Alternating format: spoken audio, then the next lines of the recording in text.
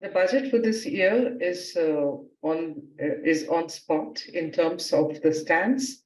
The stance that was required was growth and stabilization, a combination of both, and in that sense, it strikes a very good balance. On the stabilization side, it scales back the fiscal deficit and attempts a consolidation, beginning towards that. And on the growth side, it shifts spending from revenue spending towards capital expenditure, which is increased by a massive 37%, including that of the public sector enterprises. It's a bit less compared to last year. And as a portion of as a percentage of GDP, it's a hefty increase of about 80 basis points. If we consider the consolidation side in detail, I must say that my own personal view is that the government could have consolidated a bit more than the 50 basis point it has done.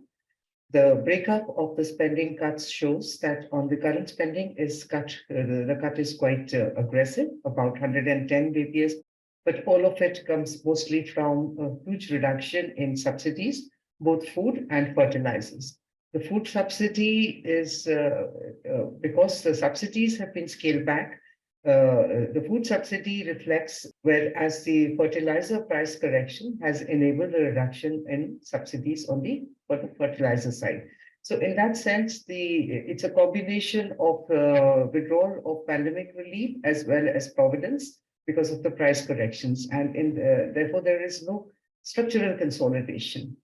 That was required because if we look at the interest payments, they go up a massive 13 basis points as a proportion of GDP and consuming nearly 46% of the total revenues of the central government. And that is a worrisome.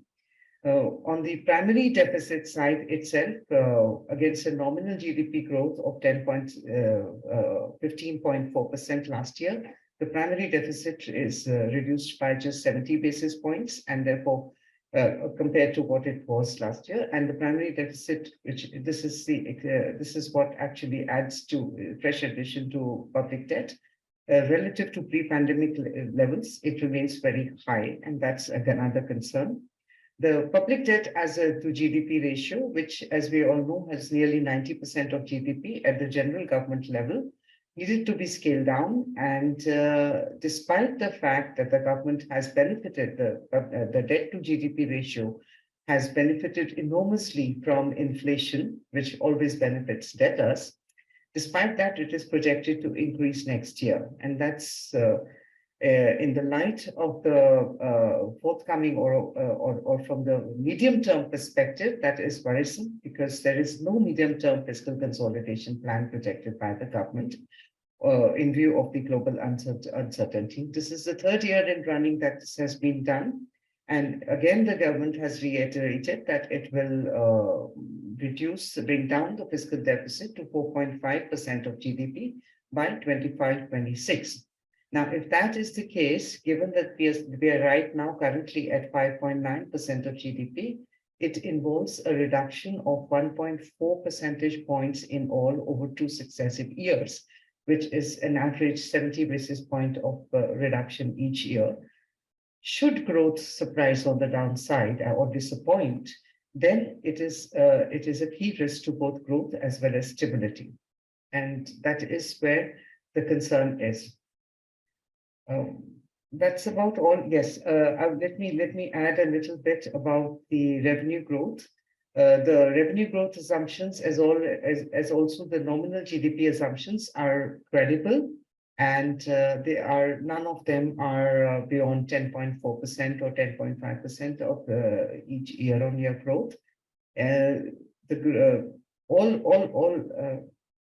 Let me just focus upon the gross tax revenues overall, and the growth with respect to nominal GDP was in FY23 was a good 3 percentage point lower, which is 12.3% versus 15.4%. But net of excise taxes, the growth has been actually very healthy.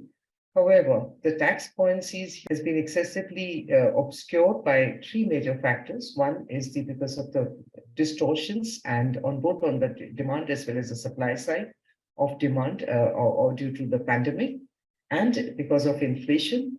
And the third is it is also obscured because of additional revenue measures, which are constantly being undertaken. So we really do not know exactly as to what the real tax.